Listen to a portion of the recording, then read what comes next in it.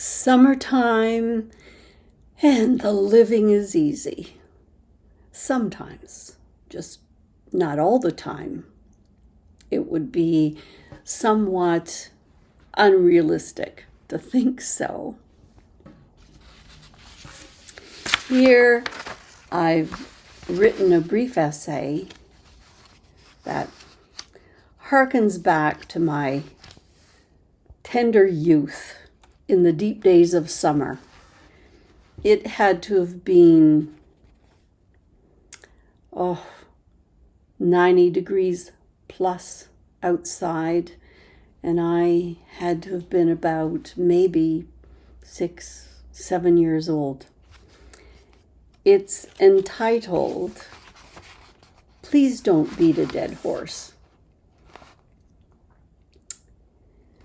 Thunderclouds amassed, drawing folks out onto their tiny verandas, hoping to catch a cooling breeze right before a summer rain.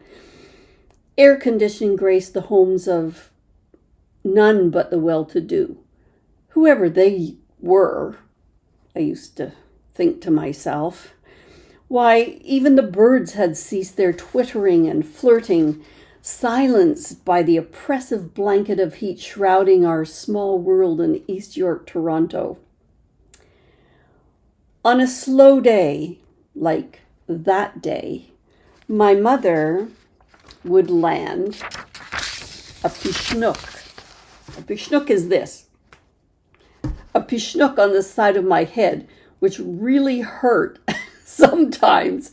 She'd land one on the side of my head if I asked too many times, or maybe even just once, if I could have a few coins to go to the corner store to buy a popsicle.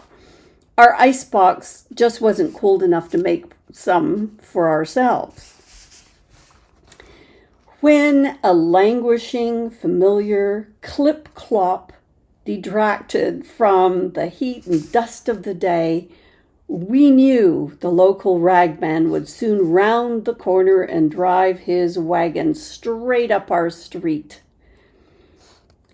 Whispering pierced airspace vacated by the birds. His age and that of his swayback friend seemed to be the grand topic. Then, as if to pay tribute to the gossiping, his horse collapsed, almost right in front of our house. With much difficulty, the ragman climbed down from his wagon, reached for his whip, and tried to rally that poor old horse to standing.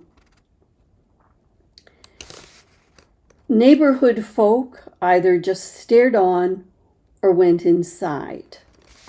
My mother was frantic. We had no phone, couldn't afford one, so she ran to the corner store to try and get help for the man and his beast, all the while glancing back and yelling at us kids in her broken English not to go near. Well, the horse was towed away with tractor and chains. Then a tow truck came for the wagon, with the ragman hitching a ride on the back. He never did return after that. Folks felt his absence, and a kind of hush fell over the neighborhood for a couple of days. Then the whispering and wondering began anew as to whether or not the horse was sent to the glue factory and perhaps the ragman to a home.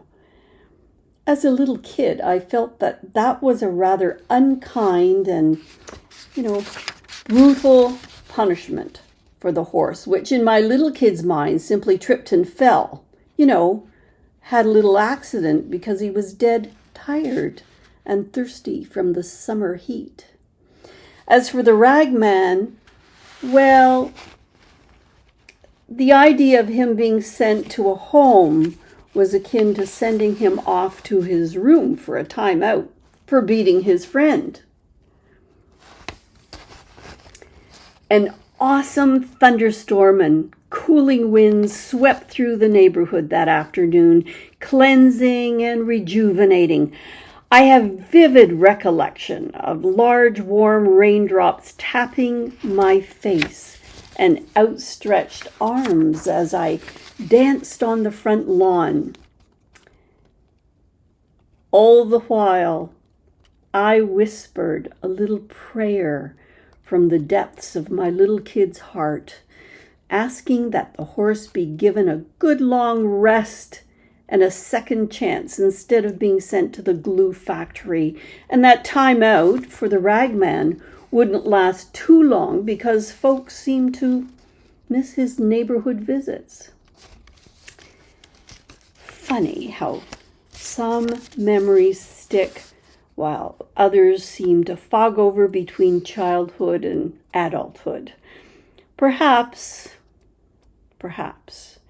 the mind's inclination to reach back and savor once more the callow days of youth is a kind of self-preservation so as not to get lost in the spin-out of fast-moving change in a grown-up world.